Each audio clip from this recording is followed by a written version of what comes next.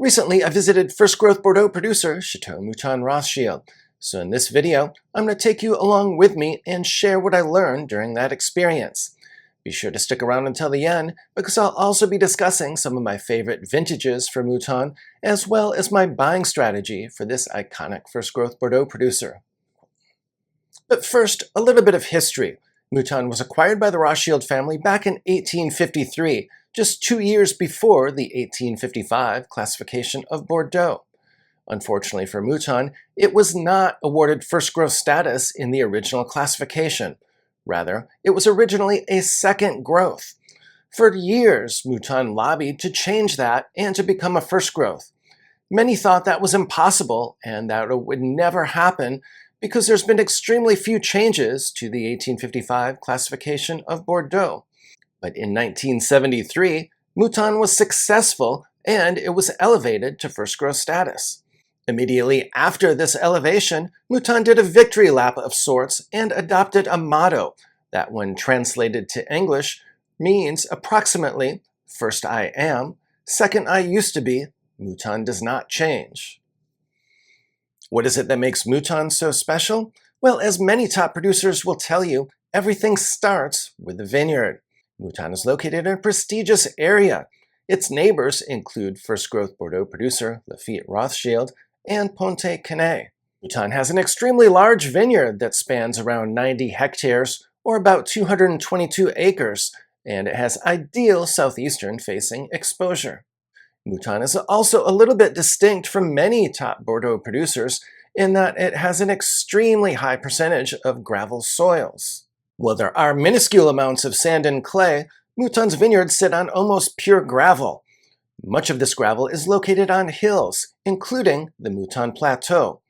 While many people think that the Mouton Rothschild name is derived from the French word for sheep, it's actually the Mouton Plateau, or these gravelly hills on which the vineyards sit, that provided the basis for Mouton Rothschild's name. These gravelly sloped soils are perfectly suited for the production of world-class Cabernet Sauvignon. The southeastern exposure and rocky soils help to absorb warmth and ensure that the late ripening Cabernet Sauvignon can achieve full ripeness. Of course, the gravelly soils also drain extremely well, which comes in handy during vintages where there's substantial rains. As a result, Cabernet Sauvignon is king at Mouton Rothschild, and generally most vintages are at least 80% Cabernet Sauvignon, sometimes a bit more. The vineyards are planted to 81% Cabernet Sauvignon, 15% Merlot, 3% Cabernet Franc, and there's 1% Petit Verdot. The vines average an impressive 50 years of age, but they have some parcels that are more than 130 years of age. Mouton Rothschild also has an extensive nursery, and most of its replanting is done with clones that it's created from some of its top vines.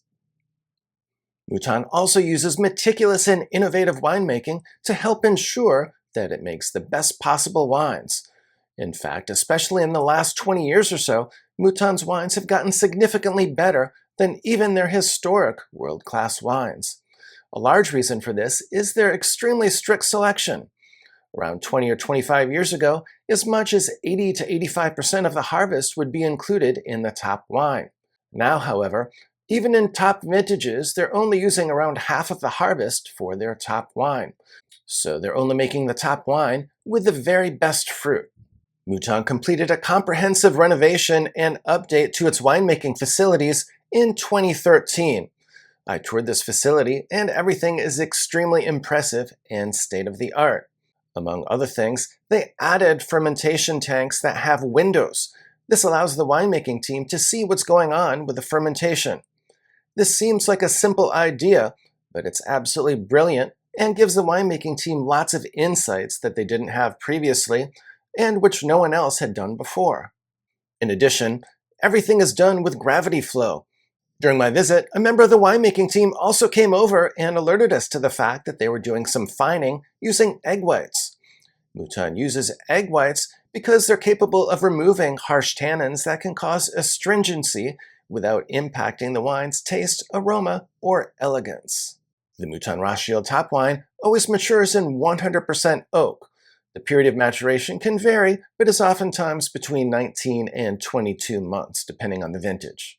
These barrels are stored in a massive underground cave network that has incredibly high humidity of between 85 and 90%, and which maintains stable, cool temperatures year-round.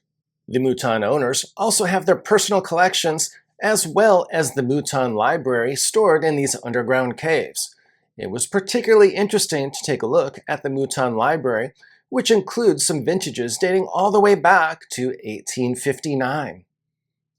I'm almost ready to discuss some of my favorite vintages for Mouton, but I would be remiss if I did not discuss Mouton's artistic labels. In fact, many wine collectors enjoy collecting Mouton, at least in part due to their artistic labels. Mouton began its artistic label program back in 1945 when it had the V for victory to commemorate the end of World War II and the liberation of France. Mouton has 3 simple criteria that it uses to select artists' work to use on its labels. First, the artist has to appreciate wine. Second, the artist has to be willing to accept as compensation for their artwork a case of the vintage of wine that depicts his or her artwork. So far, so good, right? But the third criteria is the problem. The artist has to already be famous. Mouton's label program has been extremely successful over the years, and they've featured labels from extremely well-known artists. Examples include Salvador Dali in 1958, Picasso in 1973, Andy Warhol in 1975, and more recently, they've featured works from artists like Jeff Koons. If you visit Mouton, be sure to visit their museum, as they have the original artwork for each of the labels in that museum, as well as numerous other interesting artifacts as well. Unfortunately, I'm not able to share any footage of the visit to the museum because they do not allow photography there, but I can assure you that it's very well worth visiting. With that by way of background, I'll discuss some of my favorite vintages of Mouton as well as my buying strategy. But I'm also interested in hearing from you. If you have any favorite vintages of Mouton, please let us know in the comments below. Of course, historically, you really can't go wrong with vintages like 1961 or 1982. I've had both of those wines, and they're extremely impressive, but they're definitely fully priced, and you're not going to get a lot of discounts on those. The 2000 vintage is one that a lot of people think very highly of. It's certainly critically acclaimed and has a lofty price tag, but I was a little bit disappointed with it actually. And in fact, I actually much prefer the 1986 Mouton, which I think is a much better wine that's in its peak right now and which you can get for around half the price of the 2000 vintage. Another vintage that I really enjoy for Mouton is 1996. I've had this vintage a few times over the years, and it's always been extremely impressive. It shows remarkably well after about 2 hours of air. This is a vintage that you can also get for probably less than the price of some of the new releases. The same reasoning also applies to the 1998 Mouton, which offers compelling value. This is arguably one of the wines of the vintage on the left bank in 1998. I had it about a year ago, and it was extremely impressive and held its own against some fierce competition from the right bank, which was generally much stronger in 1998. One of the more intriguing vintages for Mouton is 1990. This was a vintage that, despite being a fantastic vintage in Bordeaux generally, the Mouton for 1990 was widely panned on release. In fact, while many people believe that Mr. Suckling gives scores that are too high, Mr. Suckling gave the 1990 Mouton only 90 points on release. But with time, this has become an extremely impressive wine. I've had it several times over the years, and I thought that it delivered quite well. Despite that, you can oftentimes get this wine for a fairly reasonable price given the low early scores that were assigned to it on release. So if you see a well-preserved bottle of 1990 Mouton, you might want to give that one a try. More recently, I'm a big fan of both the 2006 and 2014 Mouton.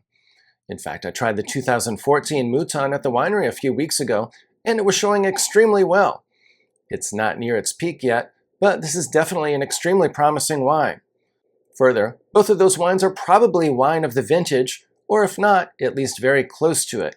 Given the fact that 2006 and 2014 were not highly acclaimed vintages generally for Bordeaux, You can oftentimes find those vintages of Mouton at relatively attractive prices compared to some of the other prominent vintages. With respect to more recent prominent vintages, if you want the best of the best for Mouton, you'll definitely want to consider vintages like 2016, 18, 19, 20, and 22, all of which either flirt with perfection or have achieved it in the form of one or more perfect 100-point scores. You won't get many discounts for those wines, but if you have a long-term time horizon, it's going to be hard to find a better vintage of Mouton. If you want to try Mouton for the first time and you want to buy a wine that's from a recent vintage, then I would definitely consider vintages like 2023 and 2024, which may not quite reach the heights of some of these other prominent vintages, but which will sell at much more reasonable prices as well, and still offer tremendous quality and an amazing drinking experience if you have some patience. If you enjoyed this video and you'd like to hear my insights from my visit to First Growth Bordeaux producer, Chateau Latour, please check out this video that's linked above.